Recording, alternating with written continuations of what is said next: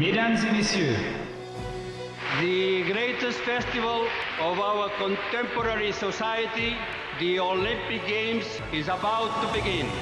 This is gonna be close. Oh! They're all completely gassed! They've given it everything on the global bucket! Oh, yeah! Go! Oh! Brilliant, brilliant, brilliant. But that is an Olympic championship. Ready? Hello and welcome to another episode of Keep the Flame Alive, the podcast for fans of the Olympics and Paralympics. If you love the games, we are the show for you. Each week, we share stories from athletes and people behind the scenes to help you have more fun watching the games. I am your host, Jill Jarris, joined as always by my lovely co-host, Allison Brown. Allison, hello, how are you? I stayed up too late preparing for the show today, which actually gets us totally into the mindset of where we're going to be doing daily shows. Right.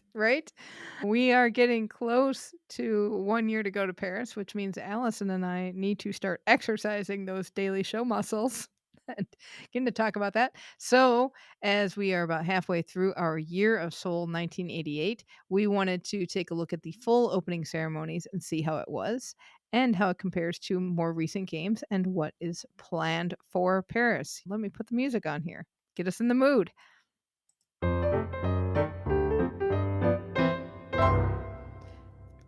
And speaking of music, we have talked about the song. We have talked about the baked pigeon flambe.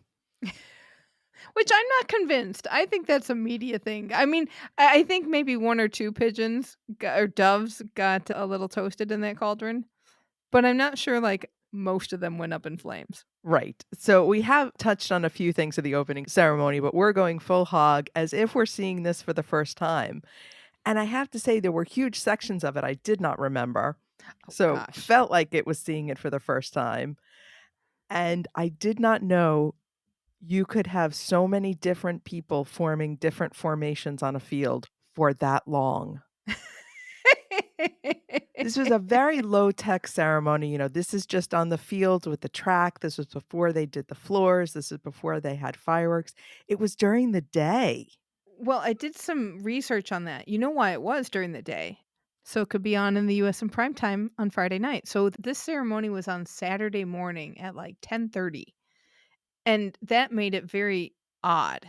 And since then, I didn't get too much into the research, but I did find that could be on Friday night in the US. And competition started like 2 hours after the opening ceremonies was over. So we've talked about athletes who have skipped the opening ceremonies because they competed the next day. Well, these you can't go from opening ceremonies and standing out in the baking sun, probably in a black outfit because half of the countries chose to dress their athletes in dark clothing and then go straight to a competition. It's just not feasible. So yeah, AM ceremony. That was really, really odd. So you've got no lighting effects, no sparkling, no such evening things. There was no evening wear. But oddly enough, when you think about what is going to happen at Paris 2024, there was a whole river parade.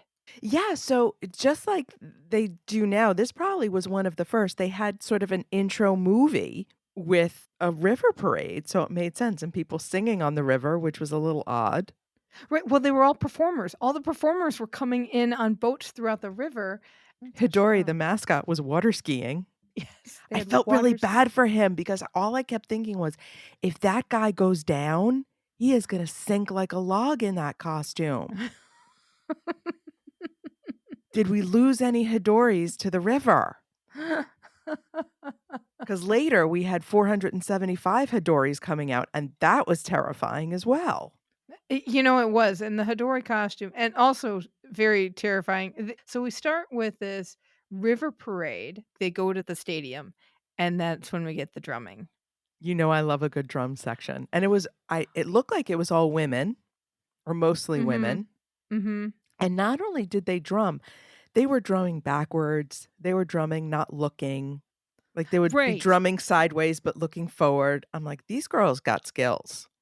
They did. It was amazing to watch and kind of emblematic of what we would see a little bit later at Beijing 2008. But, this is the first opening ceremony in Asia for Summer Games since Tokyo 1964. So it's going to be very different and have a very different feel than the last few ceremonies, which have been in like North America and in Europe. It really started off with getting that Asian feel to it, and the drumming was just tremendous. I have to say that. And lots of 80s makeup, which was fantastic. Mhm. I did And we not have remember how many colors of eyeshadow, lipstick, and blush you could put in streaks on one's face. Loved it. Oh, the hours we lost doing that. And to perms. There's a Mhm. lot of perms. It's great. So there's a lot of dancing on the field. Dancers eventually form an 88. So it's funny to watch all these formations because we are in the time now today it would be all projection mapping.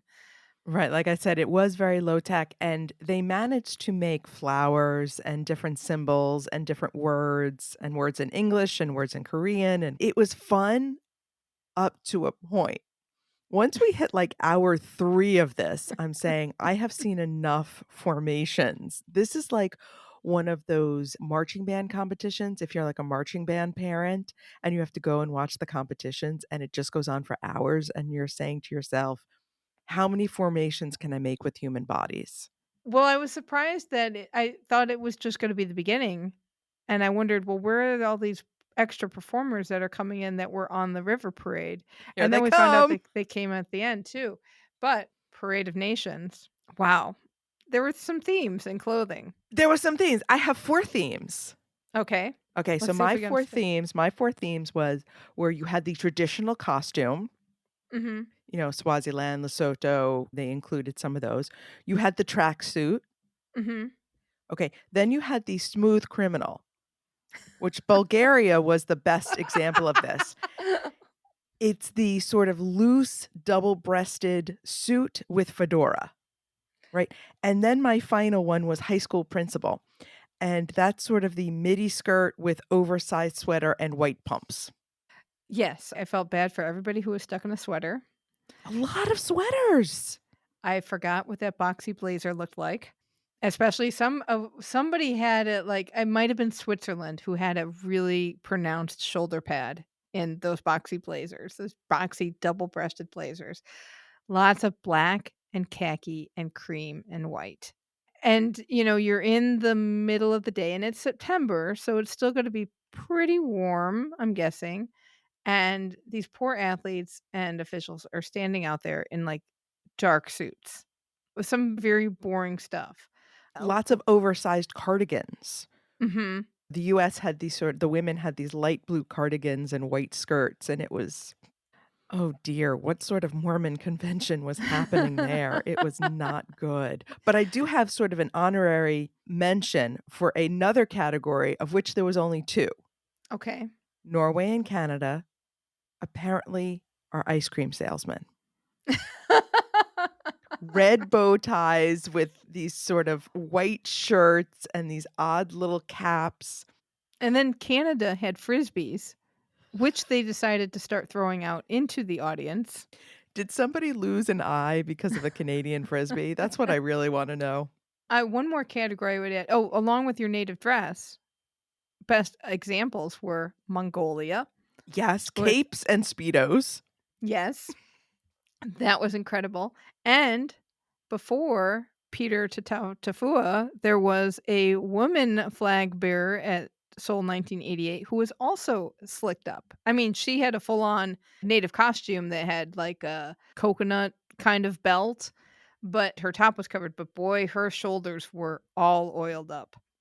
Did you also the other element of the smooth criminal that I forgot, USSR with red fingerless gloves.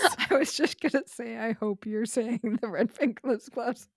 And so fingerless, they didn't even have like finger holes. The whole Yes, hand just went in. I was thinking, what in the Material Girl, early Madonna situation was happening in the Soviet Union at that time? The other color I thought was very unfortunate was the prominence of gold.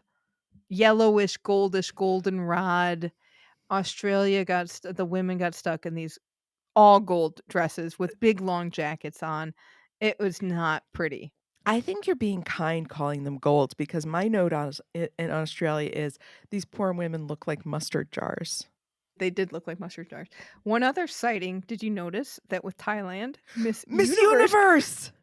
Yes, I have her name written down. Yeah, so Miss Universe 1988 was from Thailand. And early on, she was spotted in the stands, but then she marched with the full crown in the parade. Her name was Porntip Nakhirunkanakok. That was my best attempt, and I apologize because I'm sure I got it wrong.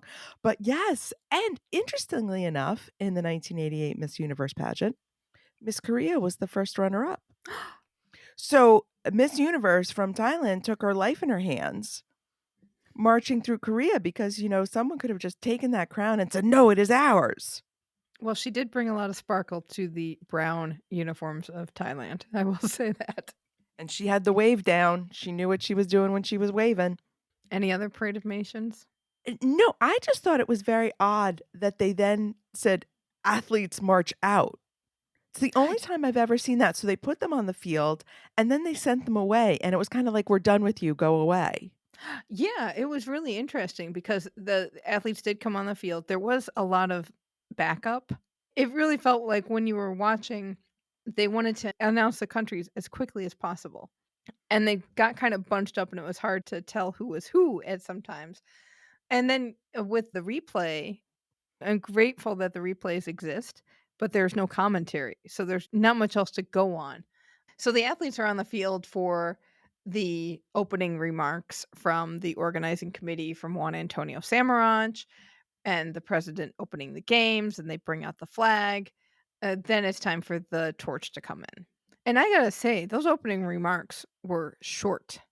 Very short, because they needed more time for more formations on the field. Torchbearers, did you know this story about the first guy who came out? Yes. In the research, I've come across it.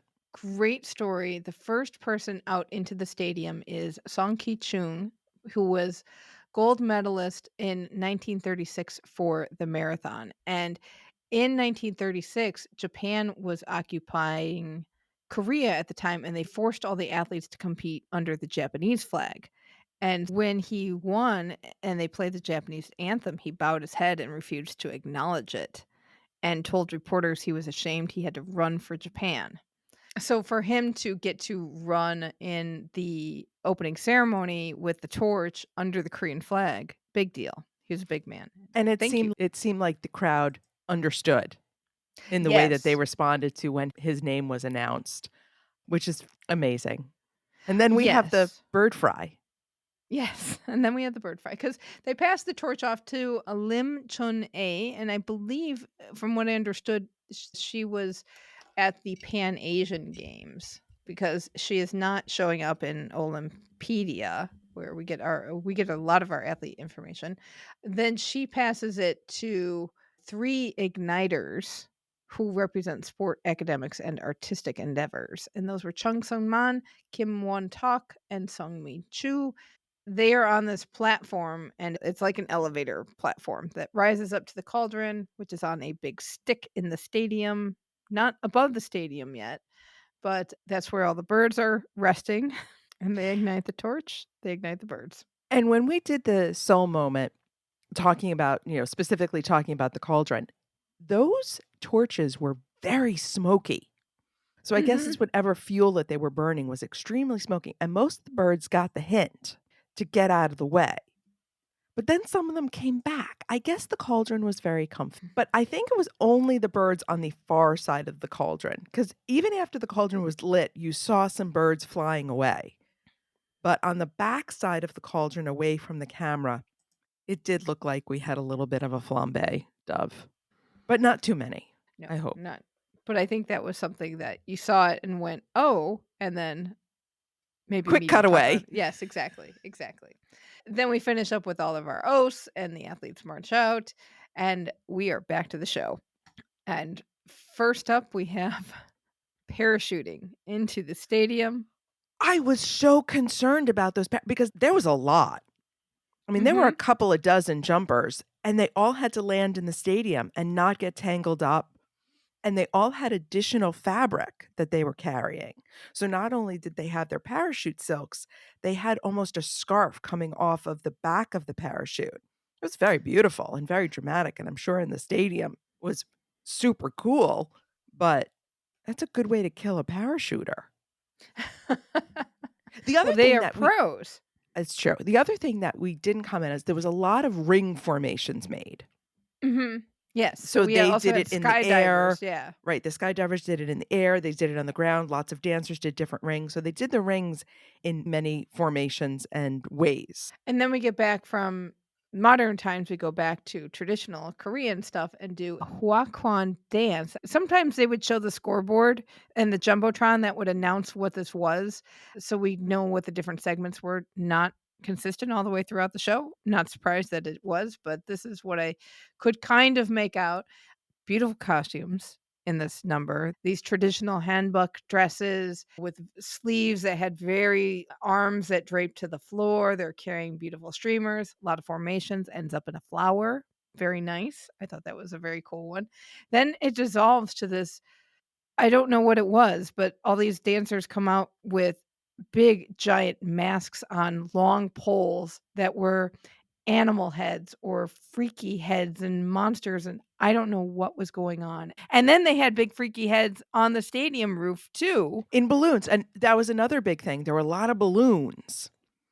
The environmental impact of this opening ceremony was problematic, but there was a lot of very, very large balloon formations. And it was a clever way of creating these very large items that could look like these giant masks coming down from the stadium in a way that wasn't too heavy or too cumbersome or too expensive.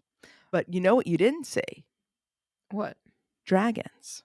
So the director, Lee Oh-young, specifically did not want dragons in his opening ceremony because he wanted people in the West to understand that Korea is not China. Oh, interesting. The people in the media were calling him the Dragon Slayer because dragons still have a significant portion in a lot of Korean culture. But he said, no, Westerners are stupid. They're not going to understand the difference between China and Korea. He has a point.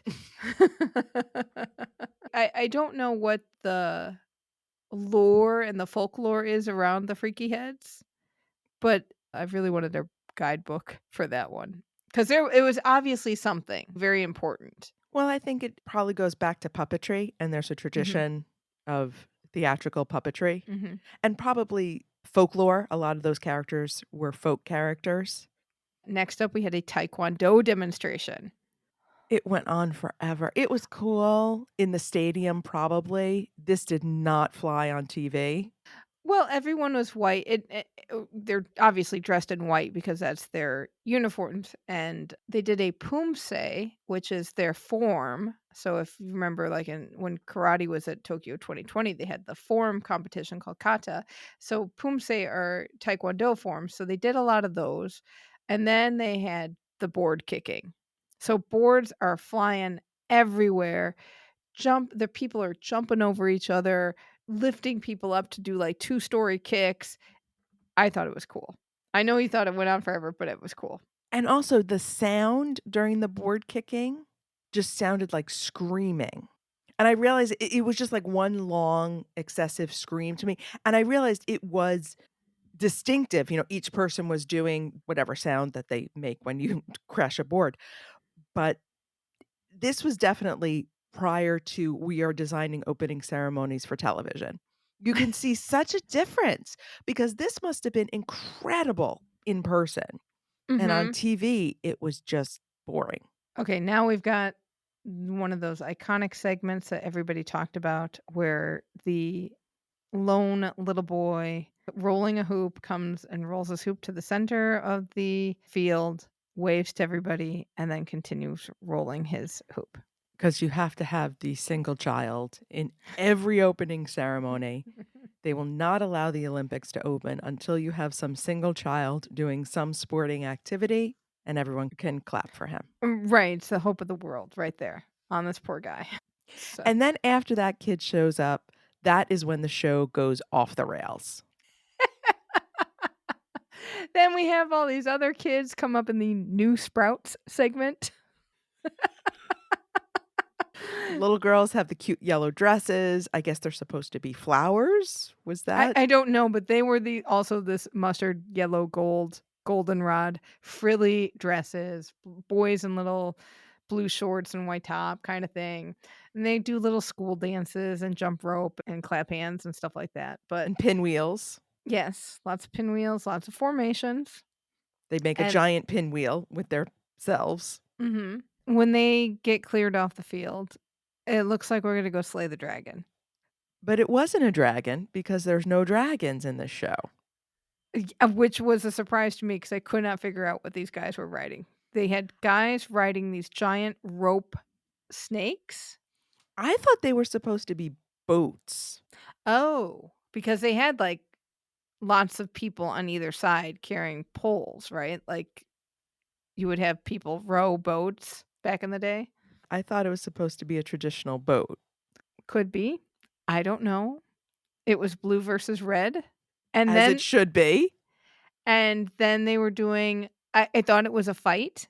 And then I thought it was going to be how the blue and red became intertwined on the flag symbol. That's what I really thought we were going for here. And that did not manifest itself in a formation. It was Korean West Side Story. And there was music that didn't have really anything to do with this boat feud. And a lot of people yelling, and it was visually very impressive, but I agree, I did not understand what was happening, but it was cool. But unfortunately, we were at hour like 3.5 at that point. So No. It felt like hour 3.5. But you're at like hour almost 3 because this whole thing was only 3 hours and 20 minutes. I was waning at that point.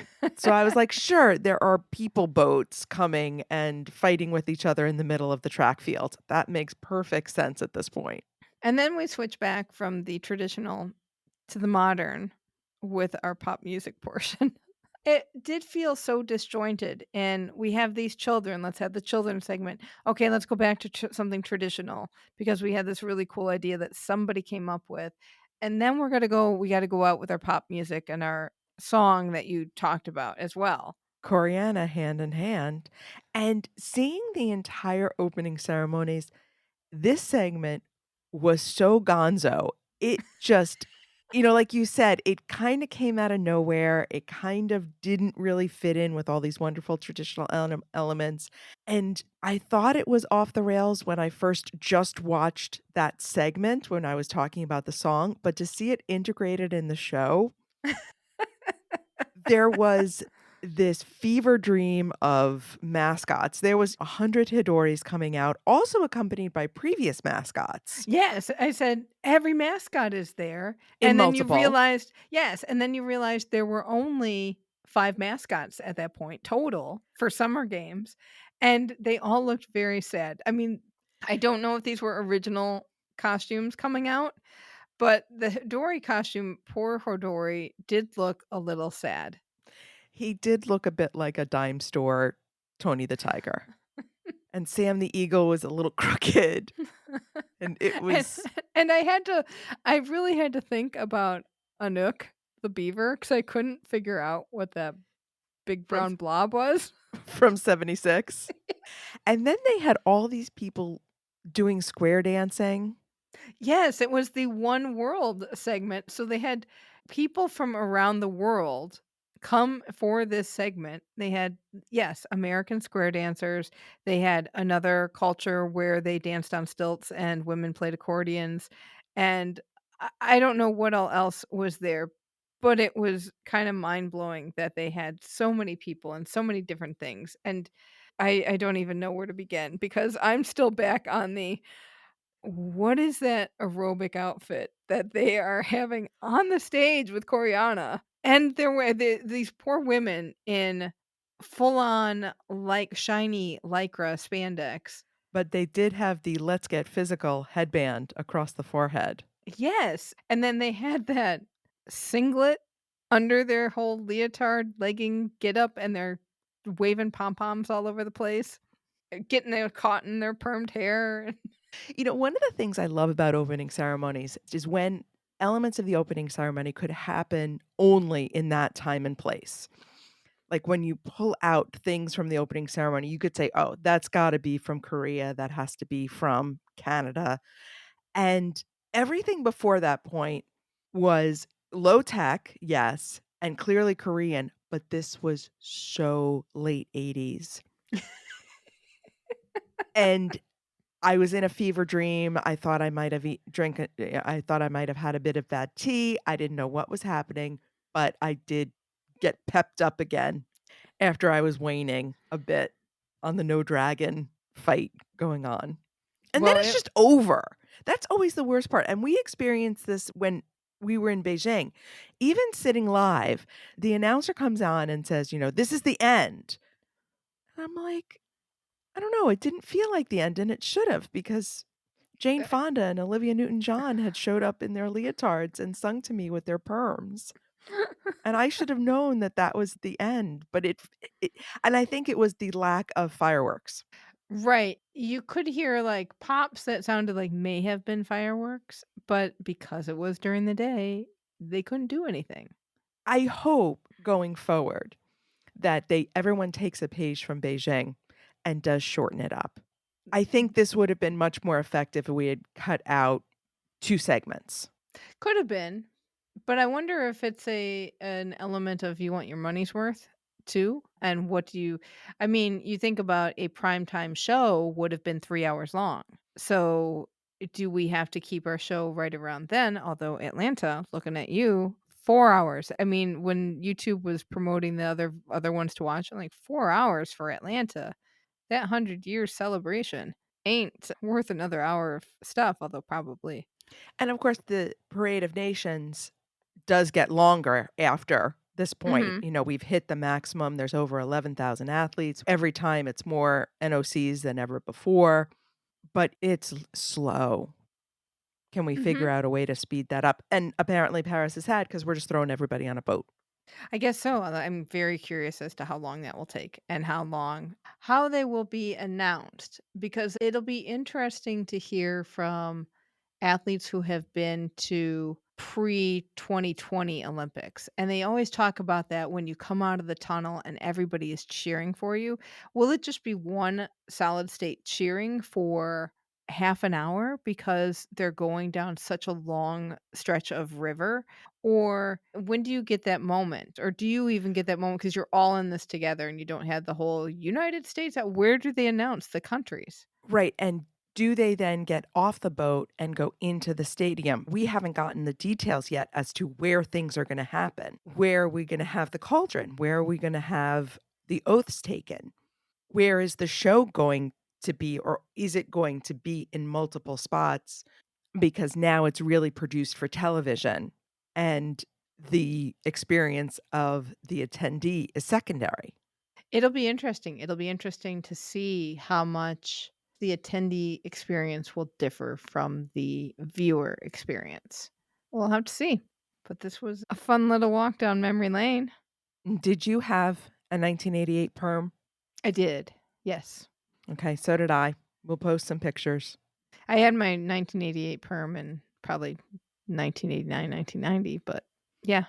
We'll post some pictures so you can see that our hair would not have fit in the little hats that they clearly gave away in the swag bag that everyone's wearing. Oh boy. We'll look for those. Hey, did you know that we were on Ye Old Crime podcast? That's the only oldish word I know. This was so much fun. If you don't know Ye Old podcast, check it out. The regular stories are so interesting. Lindsay's voice, who is one of the co-hosts, her voice makes me feel so calm. So I will say as she's telling you about people from the 1800s getting hung and other dastardly things. And yet you feel so calm. Yeah, exactly. So we were on their interstitial episodes, which are You Stumped by the Cramp Word, which is Do You Know Victorian Slang? And we talked about some Olympics true crime. And you'll have to hear if we were stumped by the cramp word. So we will have a link to that in the show notes. It was, again, so much fun. Thank you so much, Lindsay, for having us on the show. Welcome to TKFLASTAN. Shuklistan has been busy. There's a bunch of world championships coming up. We've got athletes who are involved with things. At the USA Track and Field National Championships, pole vaulter Katie Moon won her competition with a jump of 4.90 meters, which is a new world lead. And our hammer thrower, DeAnna Price, came in second in her competition with a season's best throw of 78.18 meters. She is a little over 2 meters off her best ever throw of 80.31, which was at the 2021 Olympic trials. But she has been injured and has had surgeries and stuff. So seeing her come back this strong is so exciting. Both women have qualified for World Championships in Budapest on August 19th through 27th. So go Shuklistan. Beach volleyball players Kelly Cheng and Sarah Hughes took second place at the Beach Pro Tour Elite 16 in Gstaad, Switzerland. This is their second medal of the season. And I believe their first giant cowbell win. Did you see the giant cowbells they got? I did. And these are all qualifiers. These all points add Yes. up. They are doing very well in the points so far for qualifying for Paris. Geoff Wightman's son, Jake Wightman, who he coaches. Jake is out of Worlds due to a sprained midfoot that he thought would be better not by now, but it keeps setting him back. So sadly, he will not be able to defend his 1,500-meter title this year. Sailors Maggie, Shea and Stephanie Roble are competing in the Olympic test event in Marseille this week. They won the first day of competition and currently stand in third. Yay. And then Shuklistan adjacent, we have news on the Caster Semenya case. The European Court of Human Rights found that Caster Semenya's appeal against the Swiss government was not heard properly. So they ruled in her favor for that bit. It opens the way for the Swiss Supreme Court to reconsider its decision, and that might result in the case going back to the Court of Arbitration for Sport. And only then might the highly controversial ruling inform. And once it goes back to CAS, then we might start seeing where World Athletics judgments could be removed. This is, they have stipulated testosterone levels for women's races. This is a step in the right direction for Caster Semenya, but nothing really actionable happens from it from a competition point of view because her case wasn't against World Athletics. They are maintaining the rules on differences in sex development and the testosterone levels they say that women need to have for competing in those races. And this affects several other athletes going into Yes. Paris. So this could get very complicated. A little bit of news from Tokyo 2020. We have former Olympic officials admitting to bid rigging.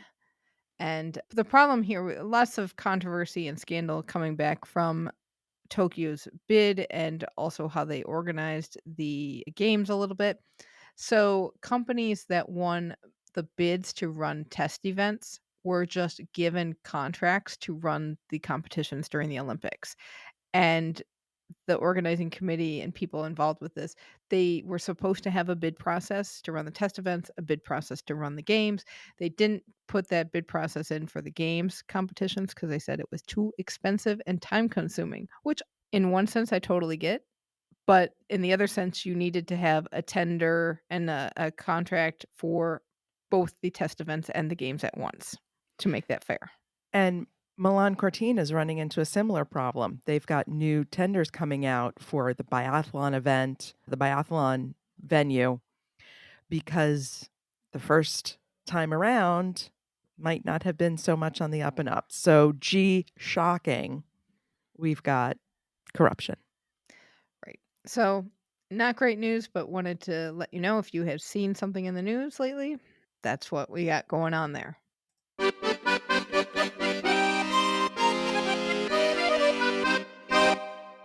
There's been a lot of discussion in different Facebook groups that we're on about, I haven't gotten tickets. What can I see? What can I see for free? What's going to be hanging out in the city? And we're starting to get some information about that with the marathon routes and now the routes for road cycling. Yes. So the cycling routes for road and time trial were revealed, and The time trial is going to be on the same route for men and women for the first time at an Olympics. That is really cool. It will be starting at the Esplanade des Invalides, passes through the Saint-Germain-des-Prés district and the Bastille before it cuts through the Vincennes Woods and ends on the Alexander Troisième Bridge. That's a big bridge for watching stuff. I will say, just go and hang out at that bridge for Just 2 for weeks. 2 weeks, just set up a tent on the Bring your bridge, camp and chair. you'll see a lot. But that's true. There is going to be a good amount just in the city. So if you didn't get tickets for every day you're going to be there, number one, there's plenty of time. We're going to talk about that next week. And two, there will be things that you can go to without tickets. Exactly. And road cycling race is another one that takes place on August 3rd for the men and the August 4th for the women. Will start and finish at the Trocadero site opposite the Eiffel Tower. You will have ample opportunity to line up and watch the men because they are cycling 273 kilometers, which is 169.3 miles. The women are doing 158 kilometers, which is 98 miles. They're going through the Chevreuse Valley and climbing up in the Montmartre district on its way back to the Trocadero. So lots of cycling will be at play for that and will be free to watch. There may be, I wouldn't be surprised if there are tickets set up for the finish line and having a few bleacher areas there, but plenty of opportunity to watch the cyclists come through for free. Did you see that a kit has been released? Italy put its kit out so early. Armani needs to recoup its expenses here. So Armani did design the kit. It is an Armani blue, so it's very deep navy-ish blue. The sweatshirt and track jacket type things have Italia in large letters across with a W on the T of Italia. I guess the W Italia theme is a thing in Italy. The national anthem is literally woven into the clothing. So the polos and t-shirts have the opening of the Italian anthem in them, and the jackets had the first verse printed inside. So if you get bored at an event, you can just read your jacket. But they look pretty chic and something that you would expect from Italy. So I'm excited about them. I'm excited to see Kit. We were talking on the Facebook group about the Anok Beach games being canceled, and that's a last minute cancellation for these games. It means that many athletes will not get to go and participate like they thought they would. That didn't have a ton of impact on Paris qualifying situations, but this one does. Hong Kong has pulled out of hosting an official qualifying tournament for 3x3 basketball, citing costs. And it was going to cost them $2.55 million US dollars to put this tournament on. They couldn't find a sponsor because they say in Hong Kong, finding sponsorship post-COVID has been hard to get. FIBA has said that Hong Kong is lagging behind in the sports development and was hoping that this tournament would help promote the sport. Sounds like other cities are interested in stepping in and hosting, but we shall see what happens here. Also, Airbnb is giving somebody a chance to stay at Pierre de Coubertin's home, Chateau de Mireville. This is like saying in Cinderella's castle at Disney World. This is very Right? cool. But it's funny because booking opens on July 18th at 6 p.m. Central European Time. You may request for a one-night stay for 2 guests that will happen on July 26, 2023. So from what I'm getting from this announcement is that 2 people will get to stay. The house will be open to you for one night on the 1 year to go. And that's the shtick. You will get to sleep in the room that was originally Coubertin's private study. You will be given the opportunity to play tennis with French tennis player Caroline Garcia on the grounds of where one of the first games of lawn tennis was supposedly played in France. You will get a private tour of the estate given to you by your host, who is Pierre de Coubertin's great-grandnephew, Jacques. You will take a punt on the lake where Coubertin developed his love of rowing. followed by a picnic of French delicacies on a specially constructed floating pontoon. Which I just, if This we were sounds there, amazing. But let's be honest, if you and I were on that floating pontoon, we would soon be in the lake, or our delicacies would be in the lake. But I'm right. as long as we're not wearing the Hidori costume, then we're not going down. we can swim.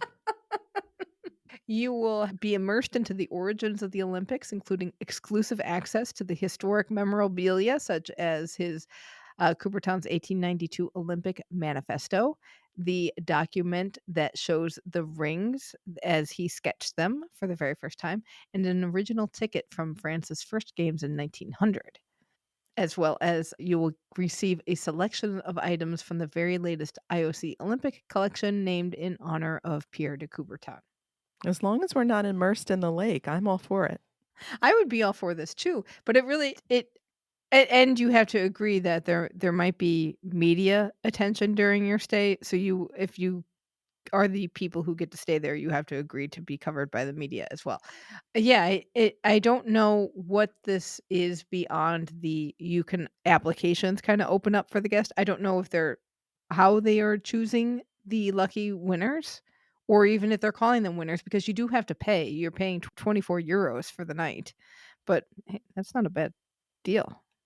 That wouldn't pay for my French delicacies. That's amazing.